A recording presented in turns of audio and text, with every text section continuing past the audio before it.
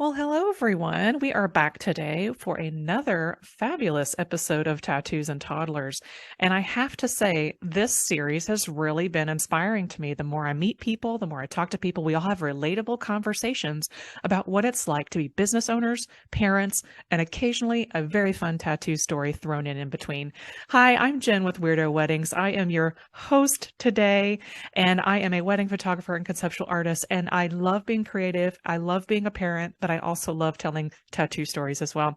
Today, I have a very, very, very special guest, and I have Kate here with me. So I'm going to throw it over to you, Kate, to go ahead and introduce yourself. Hello. It's great to be here, Jen, because I I feel know. very special to be able to be on with you. I am Kate. Yay. I'm with Rain Florist Designs. I'm a custom floral designer here in the DFW area. I've been doing it like 30 years, and I do a little bit of everything. And so I'm thrilled to be able to talk about, the stuff. I've got four kiddos that have seen me through the process. So all the way from when they were little bitty, my youngest or my one of my kiddos especially learned her colors based on flowers in the shop, and all the way up to my grown kids who help with the setup sometimes. So a little bit of everything for us. Oh, I know. I love that. You have so many multiple, I'm sure you have plenty of relatable stories for us today regarding what Good it was like Lord. to have, starting a business number one is a passion. And then you add in the parenting aspect where you're balancing, or I mean, let's throw balancing out the window because that's not really a thing. But No. I haven't yet figured out another way to say it except for integration, like integrating that into your life and knowing that you wanted to continue to be a business owner and not just be a parent or just be a business owner. You had the two mixed together. So can you tell me some relatable stories that you just on our pre-conversation, you just said something about one of your kids in the actual storefront or go ahead and tell me So that one. I opened my shop, my retail. I decided in 2006 when I opened my retail shop, that I was going to open a retail shop full in McKinney, full deliveries, weddings, all the things, all the amazing things. And I am amazing at all of them. I love them. I love doing them. I love being able to provide that service for everybody. But the day I signed my lease, I found out I was pregnant with my fourth kiddo. And I was like, oh. So and the day before he was born, I actually delivered a wedding. Oh my gosh. It was very touch and go for a little while. I had all my backups in place, like I, do now and everything. But literally the day before, I started actually having, things the day before he was born, when after delivering a wedding. So that's just the kind of stuff that you do when you got to do what you got to do. So I had one in the shop, in my office that was in a pack and play the whole time, and I was Uh-huh. nursing. So I would Yeah. have to go back there and take breaks and hope a customer didn't come in when I'm like, it's great. And then the other one was still in preschool. So, and she's my unbelievably creative, fun, and I just never knew where I was going to find her. I had two walk-in coolers, and she turned one into her own little clubhouse. Mm-hmm.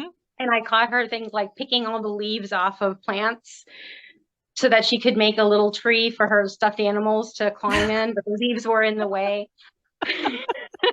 So yeah, so that was fun having littles up there. And but there's also has its drawbacks, because there's things like when my oldest was 14, was about that time frame when I changed I did the retail change from home business to a retail storefront. Yeah. And he gave me one of the biggest lessons I've ever learned in this industry, and trying to balance the kids and the non-balancing and the things. And he looked at me one day. He was a snotty 14-year-old, and to this day, he knows he was a snotty 14-year-old, but he was right. He stomped at me and glared at me and said, "You love this flower shop more than you love us. I'm going to live with dad." And he did. And it really gave me a lot of pause, Wow. because it made me realize where my priorities needed to be. And he wasn't wrong.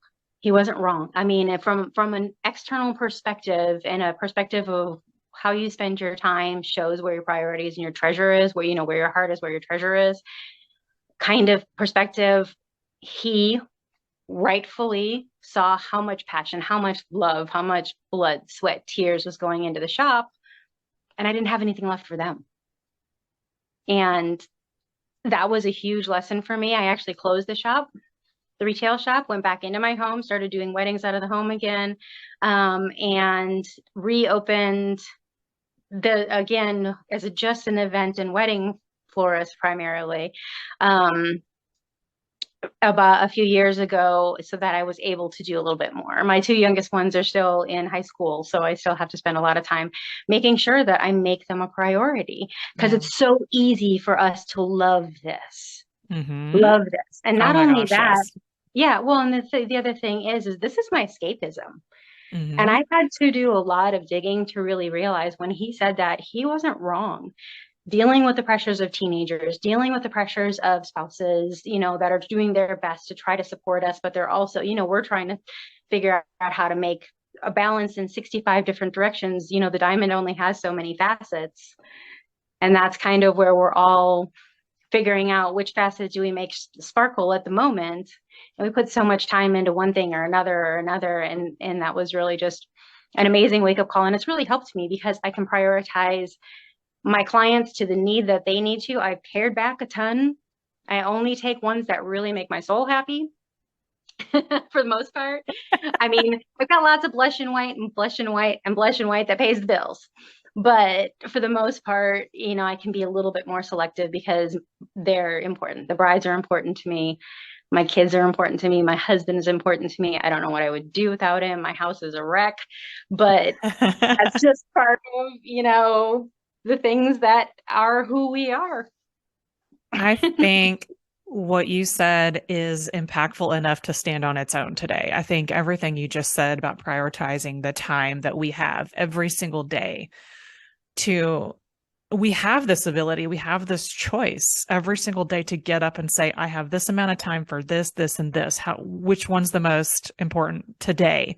And it's all, And yeah, it's always going to shift. It's it's always always going to going to shift. shift every And day. you can't beat yourself up if you can't make the time for all of the things Yeah, because yeah. And I think that's where a lot of people, I watched this the other day. One of my former clients, she had posted something about having a goal, but then having to let go of a goal. And I thought Mhm. that was also very powerful because how many times have we as business owners or parents made certain goals and not met them, but they've just been okay letting them go because maybe they weren't as important as we thought. Maybe they weren't in alignment with our true path. Maybe they were in alignment with our true path, but maybe the timing was off.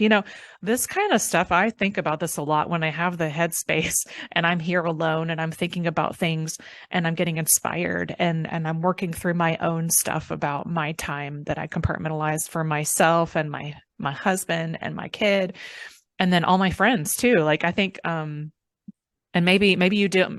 Actually, you made a really good point the other day saying that it was very important for you to have, what was it, one weekend a month to Yeah, just have that time, that downtime. it's on my calendar. One weekend a month, I am not working. I'm not taking any events. I'm not. And honestly, like, okay, fine, I'm going to lose out on some money. What's going to come of it is camping trips with the family Yeah. and times that, sometimes we just sit around and don't do much of anything except play board games. And sometimes we sleep. Sleep But is so good. but ultimately, like what I trade out now for the amount of the money I would lose from those events, not killing myself over with, it's a blessing to be able to live because I'm making a priority to give. I'll give away that time so that I can actually live. Yeah, I think that's so important. And it's a skill that I'm learning daily and weekly, and I'm learning how to implement this downtime. And even today was a great example of, I can do this, this, or this, or I can do this, this, or this. And I was like, well, I chose to just kind of like take an extra couple hours this morning just to chill. And I think it was really nice to just be able to do that and be thankful for that. And then like I love my calendar because it like kind of tells me what's ahead. So I'm always thinking about, okay, here's what's on the calendar and here's what's coming ahead. I How think my should I, husband thinks I'm obsessed. yeah, I was like, how should I schedule downtime before I know I have 3 days of hard, Mhm. stuff happening? And some of my stuff is very fun, but it's also very, there's a lot of energy that goes into it. So I think there's also a way that we love what we do, but we also have to realize energy goes out. And even if we love what we do, we still have to have that downtime. And so I kind of wanted to go into, this is a great segue into what we did this past week. That was something I've been working on for 2.5 months, but nobody really knew that because I kept it a secret. Yes. And if anybody listening here, you're going to be following the rabbit trail over from Kidd Kraddick in the morning. But 19 years ago, Zach proposed to me on the air, and it was a very, very special time for me as a single person becoming a married person. And then, I just had this really great idea to do a vow renewal. And because I've been in the wedding events industry for so long now, like talk about 16 years now, it occurred to me, what would it be like to plan my own vow renewal, and how would I do that? And so everything that I have learned, everything that I've put into practice in my own business and my own creative life, I started to put into this vow renewal. And I know Which there was just boils down to keep it true to you. Yes, and I think That's kind of this good thing. this is what's great. And for anybody that knows me and is willing to hear more of my stories, like I had a Blue Man themed wedding. When I started planning that, it was, I say I because I didn't delegate to anybody. I didn't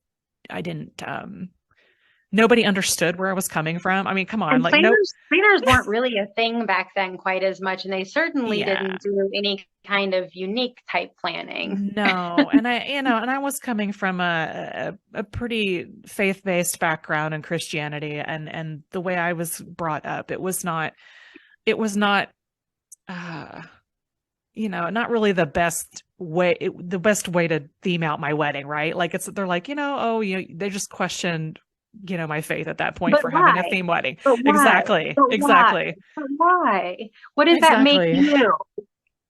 Exactly. So I kind of leave it at that. Like, I'm a very quirky, creative person, and I feel like I was a pinnacle moment for all of my couples that I work with now of what it's like to have a background, have a belief system, but still want to have fun on your wedding day, regardless of your theme, even if you're going to a courthouse, even if you're going down the street to the art pop-up or something, or if you're just going to somebody's backyard by the lake. I mean, it's amazing what we can do these days, and the freedom that we have to choose to make our day our way. And so as I was thinking about my vow renewal, I was like, well, what would I do? And I know some amazing people that could get creative with me and really embrace this theme with me. And so Kate was one of the people that I thought of.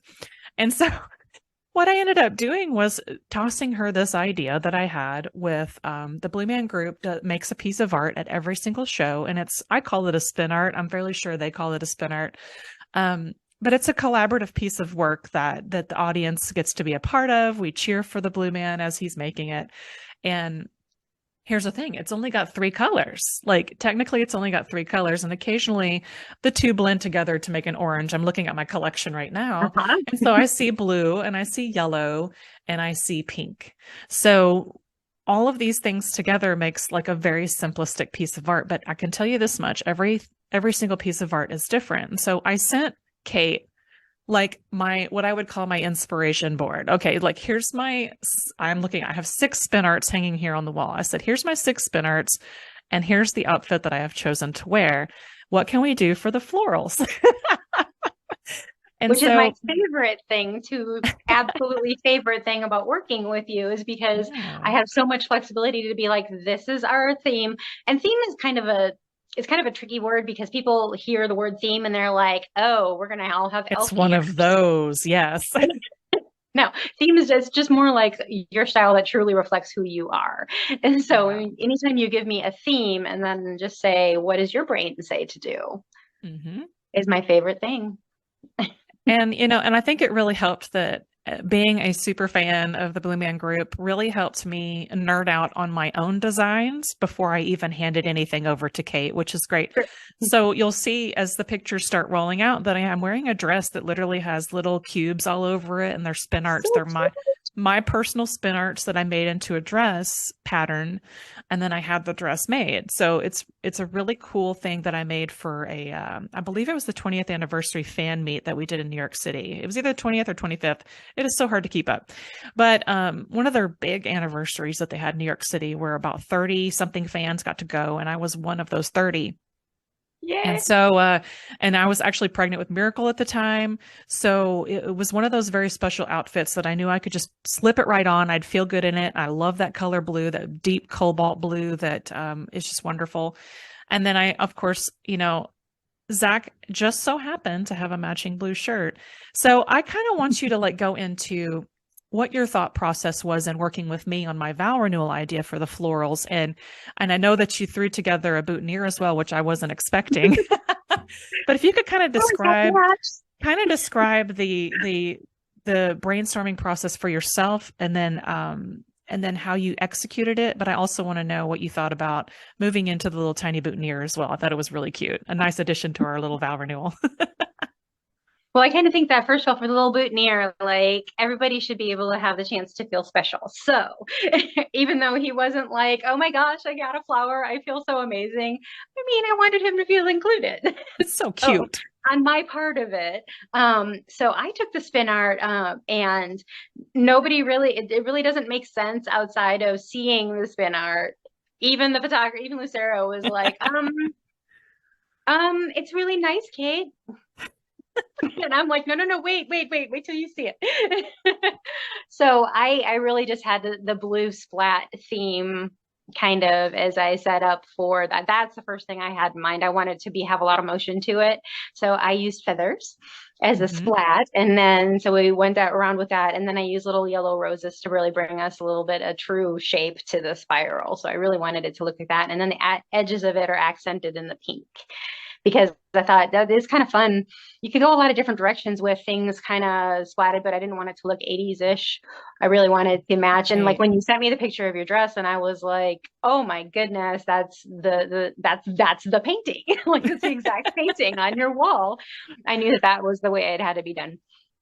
So no, I love it. Yeah, I loved it because can you kind of like clarify the little flowers that you use? Because I don't want to say it wrong. Oh, the spray roses? Yeah. Or the pink ones. The little yellow roses as well. Yeah, the little yellow flowers. Yeah, so it had a blue spiral of feathers, and then it had spray roses, which are the little tiny baby roses, and those were the ones that made the interweaving spiral pattern on it. And then on the outside, it had anthurium, red anthurium, which are the heart-shaped pokey guys. So they were just kind of like poking out around the edges, just that much. And some fun little hanging streamers with a little bit of blue sparkle, of course. I do have to say my daughter has already repurposed the blue sparkle ribbons to make a little jellyfish. Awesome. I can get her some more if she needs some more. I just thought that was so cute. And, and I love being a creative. And I think that we thrive on this kind of stuff. We thrive on art begets art. Yeah, but we thrive on the challenge too. Like, I thought to myself, I've worked with you a lot of different times. We've done Wizard of Oz together. We've done The Bride of Frankenstein together. That was actually our pinnacle moment of meeting, where we did The Bride of Frankenstein. I just posted those recently just to ooh and ah over them again, because we have so many spooky brides out there and spooky couples that need that inspo right now. So being that I've worked... Till death is a big theme this year too. I'm already seeing a lot of till death, and so being able to incorporate that is just amazing. Yeah, and it's like it's never ends, because we always know somebody's going to have an event or a party or a wedding, right? And we have so many creative people out there right now just getting super excited about their wedding day, and so I knew when I contacted you, I knew you'd be up for the challenge of, okay, what's Jen bringing me this time? Because it's going to be this Baby's Breath and Roses and Baby's Breath and Roses and Baby's Breath and Roses and Baby's Breath and Roses is just what I'm seeing a lot of these days. So this was a breath of fresh, glorious cobalt blue air. Oh, yes. And the cobalt blue makes me so happy. I can't wait to see all of the photos from our collaboration together last week at the studio. And I'm really excited. I've never been in the studio. That was so exciting. Wasn't that fun? Yeah, and they're so sweet. They're so sweet. And they're so sweet. I've listened to them for years and years and Oh years yeah, and me never too. even had a thought of, that I would ever stand in there someday. It's just, yeah, me either. I never thought I'd have a chance to get back in there and just be like, hey, y'all, here I am. And it's so good to see you again. And I want to have a vow renewal. So memorable. Yeah, so memorable. That's another thing I wanted to drive home today is that, you and I've made a lot of memories together. And I just thank you again for coming out to make yet another great memory with me because it shows in our work and it shows in how we connect with other people and it shows how we connect with each other as friends that I know I could call you and say, Kate, I have this really weird idea. You're my jam. And I'm so glad you think of me for Yes, that. yes. And I think it's important. And I know I've said this before on another interview with our friends at Lizzie Gator, as like there's something about getting out of your box, whatever that is, or not having a box altogether and having that extra time as a wedding pro or a creative or anything to do something that's out of your normal everyday routine, normal everyday client. Because this kind of stuff gives me life too. Like, yes, it was my vow renewal, but you know how excited I was to plan my own little vow renewal Right. and put Planning the on outfit and planning the. my And your hair looks original amazing, by the way, still. my Your hair what? looks great. Your hair looks great Oh yeah, still. You're so it's fresh. freshly pink, and I think that's what also made a statement too, is that I had very fresh pink hair, and to the point I think I'd done it the night before. So And you guys made me tear up, so it was oh so cute. yeah, it was the best. And just for a fun fact, I did tell everybody I was wearing my original wedding shoes, which for an offbeat bride like myself or an offbeat couple, they were platform Skechers. Yeah, they were. And they Yeah, were they white were. platform Skechers. They're super Um, cute. so anyway, let's see how we're doing good on time, I think. So as we round out our little talk here, is there anything else the beautiful Rain Florist would love to share with us today in regards to, taking these themes or anything wedding pro related or parenting related? Or, I didn't even ask if you have a tattoo that you want to talk about today, but if you want to end with either of three of those, that's fine with me too. I can knock them all out real quick. I have two Awesome. tattoos. I'm one of the Woo! random people who has two. um, my oldest daughter also does tattooing, so I'm expecting some Gotcha. more soon. I have a few in Fantastic. mind. I also, like I said, dealing with the kids, I think the biggest thing is just finding some time management and knowing that it's okay to not make that checklist get checked off every single day. We just can't, and that needs to be okay. Give ourselves grace. Like as just women in general, as mothers, as not mothers, as pet mothers, as business owners, as all the things that come with being a multifaceted woman, you can only make one side of the gem sparkle at a time. So, it's okay to not get all the boxes checked. And from a floral perspective, I love seeing all these amazing ideas that people are starting to come up with for their weddings.